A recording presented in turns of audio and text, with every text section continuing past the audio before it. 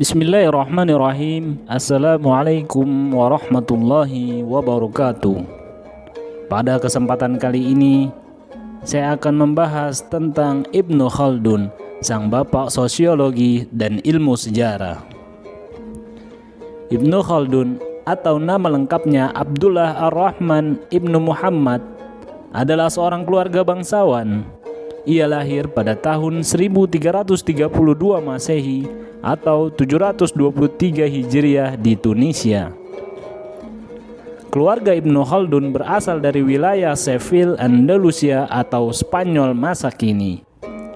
Ia merupakan sosok ilmuwan yang berpengaruh dalam banyak bidang ilmu pengetahuan seperti Al-Quran, hadis, ilmu teologi, dialektikal, hukum Islam, matematika, astronomi, filosofi, dan literatur Arab.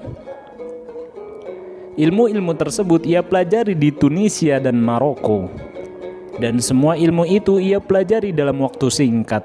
Tak heran jika pada usia belasan sudah bekerja pada Sultan Barquq, seorang penguasa wilayah Mesir. Ibnu Khaldun merupakan tokoh penting dalam peradaban Islam dari abad ke-14 Masehi. Dalam dunia modern, dia diberi gelar dan julukan bermacam-macam seperti bapak sosiologi, peletak dasar filsafat ilmu sejarah, perintis ilmu ekonomi, hingga penggagas teori politik.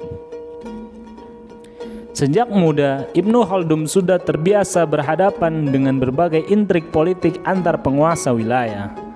Kala itu, Afrika Utara dan Andalusia sedang diguncang peperangan. Saat usianya ke-21, Ibnu Khaldun diangkat menjadi sekretaris Sultan Al-Fadl dari dinasti Hafs yang berkedudukan di Tunisia. 2 tahun setelahnya, dia berhenti karena penguasa yang didukungnya itu kalah dalam sebuah pertempuran. Ia lalu pindah ke Baskarah, sebuah kota di Maghrib Tengah, Aljazair. Ia berupaya untuk bertemu dengan Sultan Abu Anam, sang penguasa Bani Marin dari Fez, Maroko yang tengah berada di Maghrib Tengah. Pertemuan itu membuat Ibnu Khaldun diangkat menjadi anggota Majelis Ilmu Pengetahuan dan Sekretaris Sultan.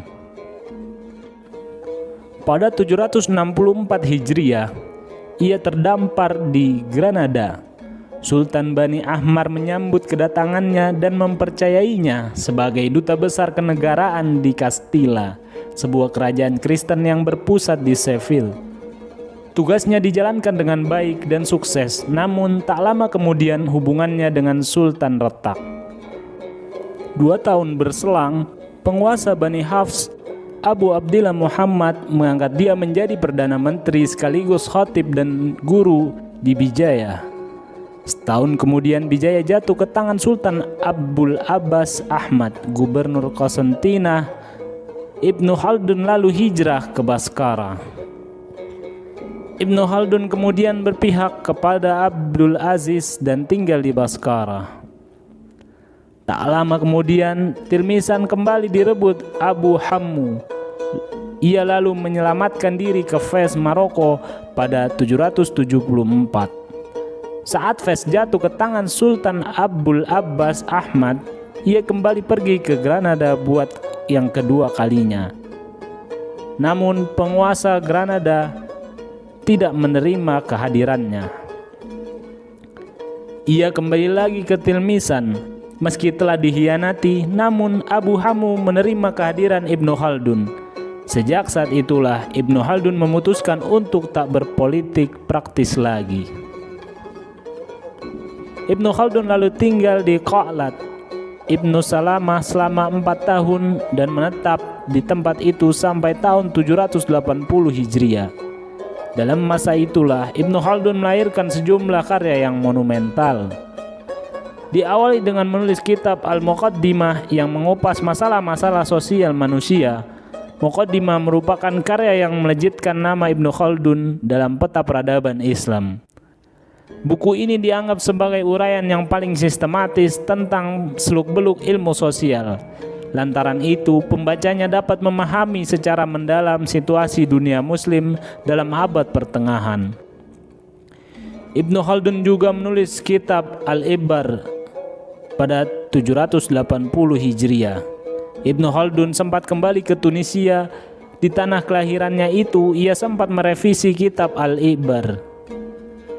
Buku itu mencatat momen penggambaran karirnya. Buku Al-Ibar merupakan sumbangsi penting darinya bagi kemajuan ilmu pengetahuan di seluruh dunia.